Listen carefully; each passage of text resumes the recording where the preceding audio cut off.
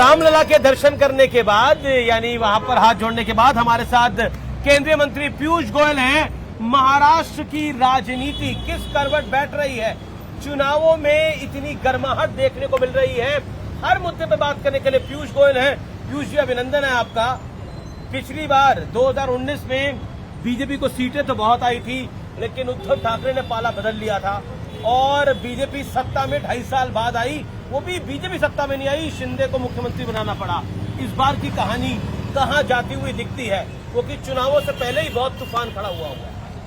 पूरी तरीके से मुंबई के लोगों ने, महाराष्ट्र के लोगों ने मन बना लिया है। महायुति की सरकार प्रचंड बहुमत से बनने जा रही है और मैं मानता हूं कि जो धोखा उद्धव ठाकरे जी ने दिया, जनता के साथ तो धोखा किया ही, अपने पिता की जो सिद्धांत थे उनको भी जो त्याग दिया और हिंदुत्व को त्याग दिया और जाके कांग्रेस और हमारा हिंदुत्व जो है, उद्धव ठाकरे का इंटरव्यू हमारे नेटवर्क ने किया, उन्होंने बोला हमारे हिंदुत्व में एक हाथ में काम है और एक हाथ में राम है हमारे लिए। बीजेपी का हिंदुत्व जो है वो विरोधाभासी है, उसमें नफरत के अलावा कुछ नहीं है। हमारे हिंदुत्व में मोहब्बत और सिर्फ लव है। इसीलिए बाला साहेब ठाकरे जी ने कहा था कि मैं अपनी पार्टी बंद कर दूंगा, लेकिन कांग्रेस के साथ कभी नहीं जाऊंगा। दुकान बंद कर दूंगा, मैं कांग्रेस के साथ नहीं जाऊंगा। और लेकिन अब वो कांग्रेस जैसी तुष्टीकरण, कांग्रेस जैसी एक समुदाय के पीछे राजनीति करने का ढंग, मैं समझता हूं पूरे देश में आज आक्रोश है उद्धव ठाकरे जी के लिए। महाराष्ट्र में तो है ही, और जिस प्रकार से सब महाविनाश अघाड़ी की पार्टीज में अंतर विरोध है, आपसी झगड़े हैं, स्पष्ट दिख रहा है कि कोई जीतने के लिए नहीं लड़ रहे हैं, बस चुनाव लड़ रहे हैं आप साथ। लेकिन देखिए, महाराष्ट्र एक ऐसी जगह है जहां पर बीजेपी को लोकसभा चुनाव में एक नुकसान का सामना करना पड़ा। उत्तर प्रदेश और महाराष्ट्र, और एक नैरेटिव चला कि मोदी तीसरी बार आएंगे तो संविधान बदल जाएगा, आरक्षण खत्म हो जाएगा, एक प्रोपेगेंडा चलाया गया। और जो इन दो राज्यों में चला, इनके बगल के राज्य मध्य प्रदेश और गुजरात में नहीं चला। क्या लगता है आपको? झूठ के आधार पर एक चुनाव में थोड़ा हमें नुकसान करवा पाए। अब लोग चौकन्ने हो गए, समझ गए कैसे उनके साथ फरेब किया गया, कैसे उन्हें गुमराह किया गया। वैसे तो 2024 में भी वोटों का अंतर तो मात्र 2 लाख वोट था 12 करोड़ की आबादी में। कई सीटें, 11 सीटें हम बहुत कम वोटों से हारे। तो मैं समझता हूं कि एक स्थिति निर्माण हुई जिसके लिए आज महाराष्ट्र के वोटरों में एक प्रकार से और अधिक उत्साह है।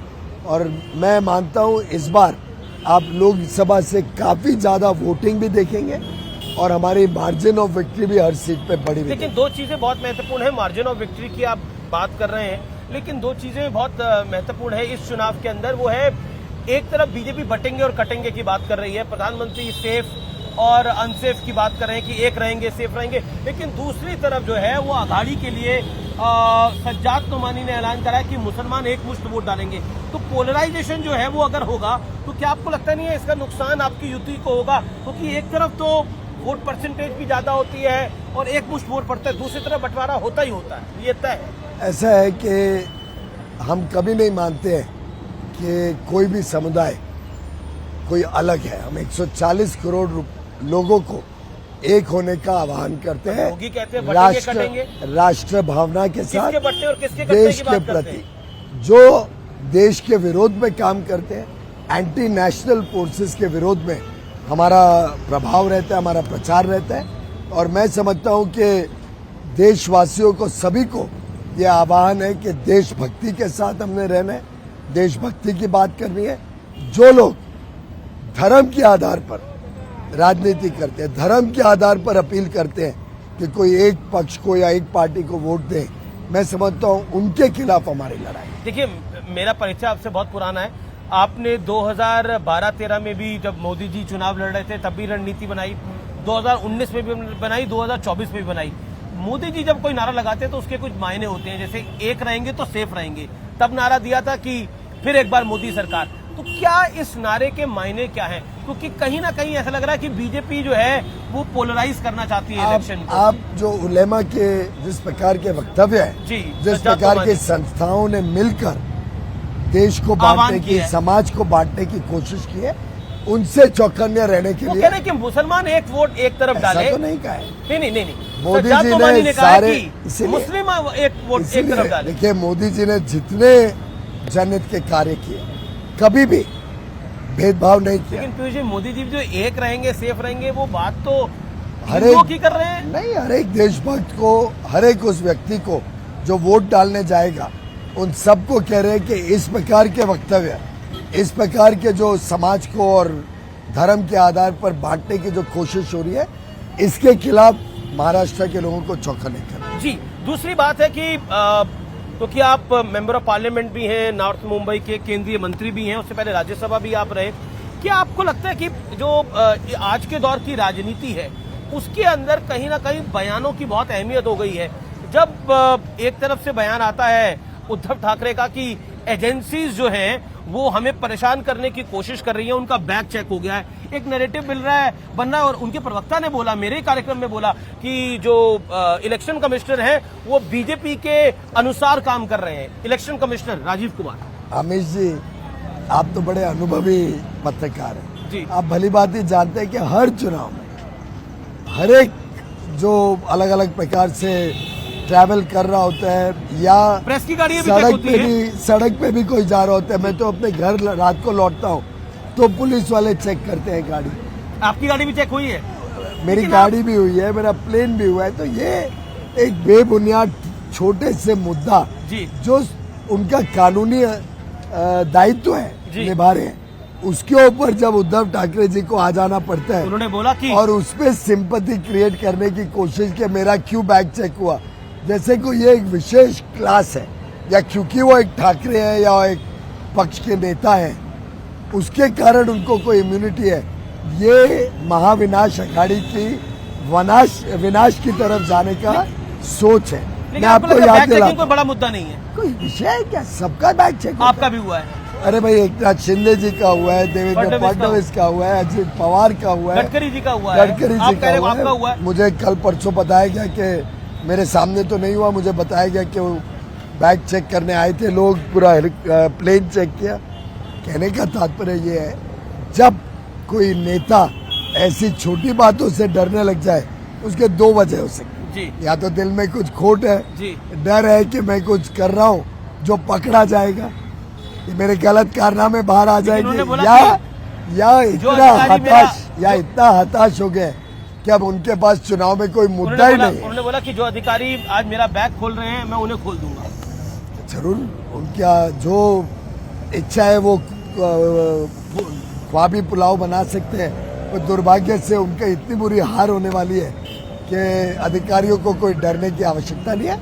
उन्होंने अपना काम, जो सिंपैथी वोट अधिकारियों ने अपना काम, अपनी जिम्मेदारी भली भांति ईमानदारी से निभानी चाहिए। सिंपैथी वोट आपको पड़ा किसी पड़ेगा, से उनको डरना जैसा नहीं लोकसभा में पड़ा था। है, किसी से डरना नहीं है। जी। और मैं मानता हूँ ये सिर्फ और सिर्फ एक कोशिश है कि हारते हुए एक पार्टी की कि लोगों को डरा धमका के किसी तरीके से उनको प्रेशर में लाने की। जी, सिंपैथी वोट क्योंकि लोकसभा चुनाव में पड़ा, ये सवाल मैं इसलिए पूछ रहा हूँ आपसे, सिंपैथी वोट लोकसभा चुनाव में पड़ा तो क्या वो सिंपैथी वोट दोबारा पड़ सकता है, आपको लगता है?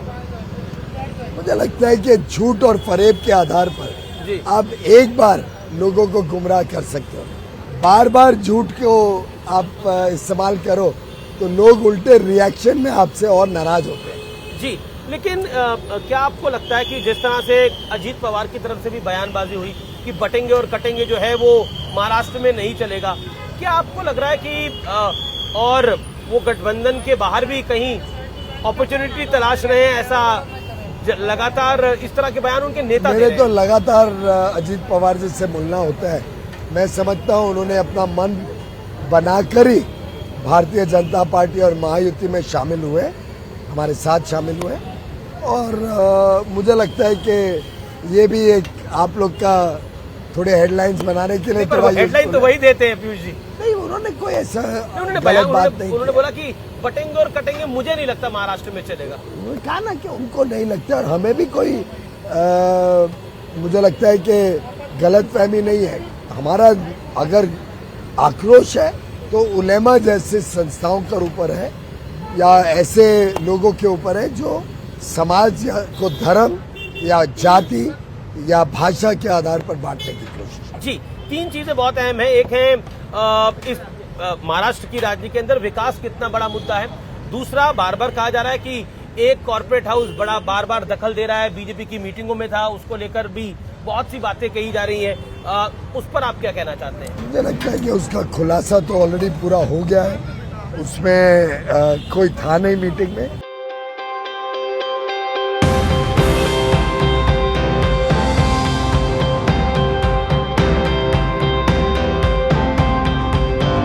तो बॉम्बे की कटिंग चाय के साथ थोड़ी खट्टी मीठी बातें कर लेते हैं। क्या आपको लगता है कि ये जो पॉलिटिक्स है इसके अंदर बार बार विकास की बात होती है, बार बार कहा जाता है कि कॉर्पोरेट घराना जो है उसका इंटरफेरेंस था, वो मीटिंग में मौजूद था, ऐसा आरोप आपके विरोधी लगा रहे हैं। शरद पवार ने भी बोला कि मेरी मुलाकात तो हुई, लेकिन हाँ उन्हीं के घर पे हुई मुलाकात। उन्होंने भी आज एक अखबार में इंटरव्यू देके ये बात बोली है। तो दोनों तरफ एक ही बात बोल रहे हैं और दोनों तरफ कह रहे हैं कि वो उधर मीटिंग में वो स्थान इस्तेमाल किया गया। मुझे लगता है कोई बड़ा विषय नहीं है। महाराष्ट्र में इसकी राजनीतिक प्रभाव कुछ नहीं है। विकास की क्या बात है, क्योंकि हमने देखा जब अगाड़ी की सरकार थी तो कुछ दिनों में कई प्रोजेक्ट को बंद किया गया। क्या वो पॉलिटिकल वो मुद्दा है महाराष्ट्र और खासतौर पर मुंबई की जनता के बीच में?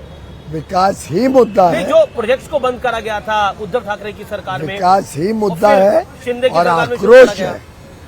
मुंबई क्या पूरे महाराष्ट्र में आक्रोश है कि 2.5 वर्ष तक उद्धव ठाकरे जी मुख्यमंत्री रहे, कभी ऑफिस तक नहीं गए, 2.5 वर्ष में अपने ऑफिस में नहीं जाते, और ऐसी सरकार चलाई जिसने कोस्टल रोड रोक दिया, जिसने मेट्रो 3 की लाइन रोक दी, रेलवे से कोऑपरेट नहीं किया हाई स्पीड बुलेट ट्रेन के प्रोजेक्ट में, अटल सेतु रोक दिया। एक प्रकार से महाराष्ट्र में एक बड़े कमजोर स्थिति पे लाके छोड़ दिया। लेकिन ऐसा क्या रहा कि उद्धव ठाकरे और आपका अलायंस टूट गया? उद्धव ठाकरे के परिवार से, पार्टी से आपकी पार्टी का संबंध बहुत पुराना था, आपका निजी तौर पर संबंध बहुत पुराना रहा है। ऐसा क्या खटास हुई? कोई खटास नहीं, हमने तो तोड़ा नहीं। हम तो 7 में 19 का चुनाव लड़े थे। हमने शिंदे जी को सीएम बना दिया, अगर उद्धव ठाकरे को बना देते तो खेल ही नहीं होता इतना बड़ा। वो जीते भी थे उस आधार पर कि मोदी जी को वोट दो, हमारी युति को वोट दो। मुझे लगता है सत्ता की जो लालसा थी, जो लालच था कि मुझे एक बार मुख्यमंत्री बनना है, मेरे लड़के को एस्टैब्लिश करना है, उसके कारण झूठ और फरेब। 2.5 साल बाद आपने भी तो वही करा फिर। भाई साहब, झूठ और फरेब के आधार पर, कोई ब्लैकमेल के आधार पर हमारी पार्टी या हमारी युति में किसी को मुख्यमंत्री बनाना नहीं बनाना ये तय नहीं हो सकता। वैसे नीतीश कुमार जी और हमारे बीच बिहार में हमारी सीटें 2 गुनी थी। नीतीश कुमार जी की कम थी, पर पहले से तय था कि नीतीश कुमार जी सीएम बनेंगे। जो तय था वो होना चाहिए, लेकिन मेरा यहाँ कोई ऐसा तय था ही नहीं। मेरा काउंटर क्वेश्चन ये है कि 2.5 साल बाद आपने शिंदे को सीएम बनाया, एकनाथ शिंदे को सीएम बनाया। बीजेपी का नंबर तो 105 ही था, शिंदे का नंबर कम था, लेकिन उसके बाद बनाया सीएम। अगर उद्धव ठाकरे को पहले मान जाते तो वो ये काम ही नहीं होता। वही तो समझा है, जो एग्रीड था वो हुआ। नीतीश कुमार जी के समय जो एग्रीड था हुआ, ऐसा कुछ यहाँ एग्रीड था ही नहीं। वो अगर एक गलत बात बोले, बेबुनियाद बात बोले, जो कभी चर्चा ही नहीं हुई। और देखिए मजेदार बात, अभी भी महाविनाश आघाड़ी ने अनाउंस क्या किया है, जिसकी सीटें ज्यादा होगी वो मुख्यमंत्री बने। तो इसका मतलब है उनके मन में भी बहुत स्पष्ट था। और आप 2019 की आपकी खुद की फुटिंग्स देख लो जी, हर चुनावी सभा में हर जगह मोदी का होर्डिंग होता था। और नहीं, देवेंद्र फडणवीस जी के लिए वोट मांगे जाते थे मोदी जी के साथ। तो सभी को स्पष्ट था कि भारतीय जनता पार्टी का सीएम। इस बार सरकार आई तो सीएम कौन होगा? चुनाव के बाद मिल बैठ के बात करके तय कर लेंगे। आज तो चुनाव जब चल रहा है तो एकनाथ शिंदे जी मुख्यमंत्री है। चुनाव के बाद हम तीनों पार्टी, तीनों नेता बैठ के लोग तय कर लेंगे। तो मतलब इसमें कोई कंट्रोवर्सी नहीं है, एकनाथ शिंदे को ही दोबारा मुख्यमंत्री बनना है? कुछ मेरे ख्याल से आपस में हमारे कोई इस प्रकार का मतभेद। जी, थोड़ी नेशनल बात कर लेते हैं। राहुल गांधी लगातार महाराष्ट्र को लेकर बड़े सारे बयान दे रहे हैं और राहुल गांधी लगातार कह रहे हैं कि भारतीय जनता पार्टी एक डिफाइसिव पॉलिटिक्स करती है, उनका डेवलपमेंट एजेंडा नहीं है और मोदी कुछ भी कर लें, जातिगत जनगणना तो होके रहेगी। राहुल गांधी जी जितना बोलते रहे, लोगों में कोई विश्वास तो है नहीं, कोई लोगों में उनके प्रति भरोसा खत्म हो गया है। जिस प्रकार से वो दुनिया भर में जाके भारत और भारतवासियों का बदनामी करते हैं, मैं समझता हूँ लोगों में आक्रोश है और उनकी बातों के झांसे में अब आते नहीं है। महाराष्ट्र के चुनाव में भी आपने देखा होगा वो कुछ ज़्यादा आए नहीं है। शायद उनके स्थानीय नेता भी नहीं चाहते कि वो यहाँ आए, क्योंकि यहाँ आएंगे तो क्या पता सावरकर जी को कब बदनामी करने की कोशिश करेंगे, उनके लिए बुरा भला बोलेंगे। समझा दिया कि मत बोलना अभी। भाई प्रधानमंत्री जी ने कहा है ना कि उद्धव जी एक बार तो उनके मुंह से बाला साहब ठाकरे जी की तारीफ करके दिखवाए। काय की पार्टी का अलायंस है, कैसी युति है, कैसी उनकी अलायंस है, कैसी आघाड़ी है। अगर आइडियोलॉजिकल कुछ बोरिंग ही नहीं, कुछ आपस में संवाद और एकमत नहीं है। वीर सावरकर जी का जो अपमान राहुल गांधी जी बार बार करते हैं, मैं समझता हूँ उद्धव ठाकरे जी ने सिद्ध करना चाहिए कि वास्तव में ये आघाड़ी में आत्मीयता है, आपस में मेलजोल है, या सिर्फ एक मैरिज ऑफ कन्वीनियंस। सत्ता के लोभ में lust of power is the only defining feature of this. आखिरी राउंड में मैं 3 नेताओं के नाम लूंगा और आपकी प्रतिक्रिया उसके ऊपर। आदित्य ठाकरे, मुझे लगता है बहुत समय लगेगा उनको मैच्योर होने के लिए। शायद बहुत उत्सुकता में कि बहुत जल्दी उनको मंत्री बनने के लालसा में उद्धव ठाकरे जी और उन्होंने गलती कर ली। एक 40 साल का रिश्ता उन्होंने बिगाड़ दिया, उसके लिए उनको नुकसान उनके राजनीतिक कैरियर में बहुत भुगतना पड़ा। सुप्रिया सुले, वो सीरियस पॉलिटिशियन लगती नहीं है। मुझे लगता है उनका बहुत ज़्यादा रुचि राजनीति में नहीं दिखती है। एक प्रकार से बार बार सिंपैथी फैक्टर के ऊपर ही, या एक परिवार, एक सरनेम के फैक्टर पे मुझे नहीं लगता कि बार बार राजनीति में आप प्रभाव कर पाओगे। आपका काम बोलता है, आपके पक्ष की नीतियां बोलती है, नीयत बोलती है, उसमें बुरी तरीके से फेल्ड है। और संजय राउत अक्सर हेडलाइन पे रहते हैं। क्या कमेंट कर सकते हैं जो व्यक्ति को खुद को पता नहीं आज क्या बोलते हैं। हेलो, क्या बोलते हैं खुद उनको ही पता नहीं होता है लगता है। और जिस प्रकार की कड़वाहट उनमें भरी हुई है, मैं समझता हूं कि कोई महाराष्ट्र का व्यक्ति ऐसी कड़वाहट, ऐसी ओछी बातें और समाज को धर्म के आधार पर, समाज को जाति के आधार पर, लोगों को आपस में। राज्यसभा में तो आपसे मिलते होंगे, तो आपने कभी समझाने का प्रयास नहीं किया? समझने वाले समझ सकते हैं जी, जो ना समझे वो अनाड़ी है। मैंने तो नहीं कहा, तो आपका इच्छा है, आपको जो समझना। चलिए पीयूष जी, आपने समय दिया हमें इस चुनाव के दौर के अंदर, and all the best, let the best party win. बहुत बहुत शुभकामनाएं आपको। The Mahayuti is going to win. Thank you so much Piyush Goyal ji. Thank you. Thank you.